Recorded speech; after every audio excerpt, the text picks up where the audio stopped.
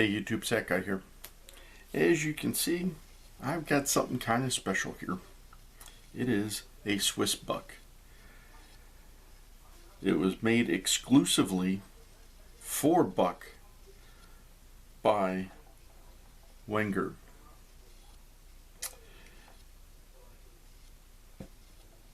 They made this knife, or not just this knife, they made the Swiss buck line for buck to sell in the United States from 1991 to 1998. The smaller pocket knives, the 3 to 3.5 inch size knives, they started in 1991 and made them all the way till 1998. Somewhere in the mid 90s, 93 to 95, they started making the 120 millimeter size, and that's what this is. Now, I was at, how I came about this, I was up in Kansas visiting a buddy of mine. We went to a gun range, and when we were leaving, I looked in the knife case that they had there, a display case with some knives, and I saw this box, and the knife was laying in front of it, and I was going, whoa. Stopped, checked it out, asked the guy, how long have you had this here since when I was looking at it? And he goes, well, I've been here since 2000, and it's been in this knife case all that time. And you can tell when you look at the other sides of the box, it's kind of faded from the light in the store there. And on the back had the price tag. It was sitting up like this, and I saw the price tag, and I was like, wait a minute. Saw the knife in the box. It said $35 on that. And as you can see here, it's got the, get that turned right so we don't have the glare. It says Swissmate1 and then the model number. Now in the box,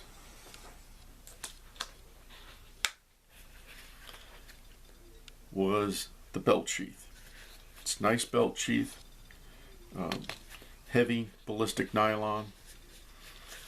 Got a belt strap back there, snap with the buck logo on it. Had the knife, and it also had this piece of paper. Now, it wasn't your standard paper that's normally in most buck knives. This is telling you how to use the slide lock on it, because at that time that was a not a common thing, especially on American knives. So it gave you some safety stuff. Didn't have in there the other piece of paper that's normally from the buck family, but it probably got lost. Like I said, it had been in that knife display case for at least 20 years. So I got the knife, looked at it, I was like, okay, everything's functioning good on it. I said, is that the price on it? And he said yes. I said sold.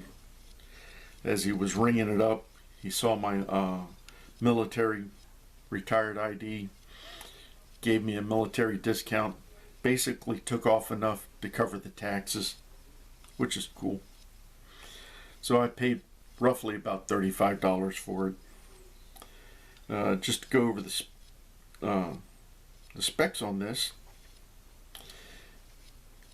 Before we do that, just show the tools. You have the main blade. It's a single blade, single layer, and you can see it's a liner lock. And when you push that slide back, moves that out of the way, and you're able to close it. Doesn't have a half stop. And on the back, the only tool it's got is the Phillips, and this could probably take possibly a number 1 Phillips, definitely a number 2, and even possibly a number 3 it might work on. It doesn't have any other tools on it, no toothpick, no tweezers, Just those two tools and the key ring. Now the specs on it: closed it's 120 millimeters, comes out to 4.72 inches. The blade is 98 millimeters, which is 3.86 inches. Opened, it's 218 millimeters, which is 8.58 inches. It weighs in at 85 grams, just a hair under 3 ounces. I think it comes out to like 2.99 ounces. Slide lock has the slanted grooves here. Comfortable in the hand. I consider myself having medium-sized hands, but it sticks out a little bit, so someone with larger hands it would still feel comfortable. It's a fairly thin blade. Make a nice slicer, do a little bit of carving and whatnot. One thing I was surprised about it, when I got it home, I tried cutting some paper,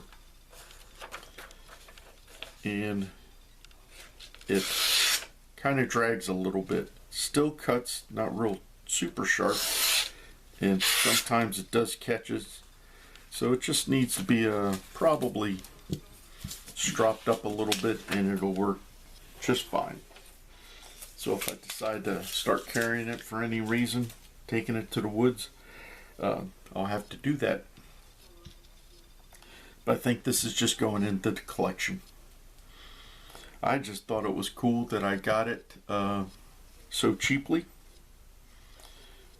with the sheath. I mean, you just don't see them around anymore. I was just super surprised to see it. So if you have any questions or comments about this, give me a holler. Well, not give me a holler, leave me a comment down below, and I'll try to answer any of your questions or even your comments about it. So I hope you enjoyed this, and remember, always be prepared.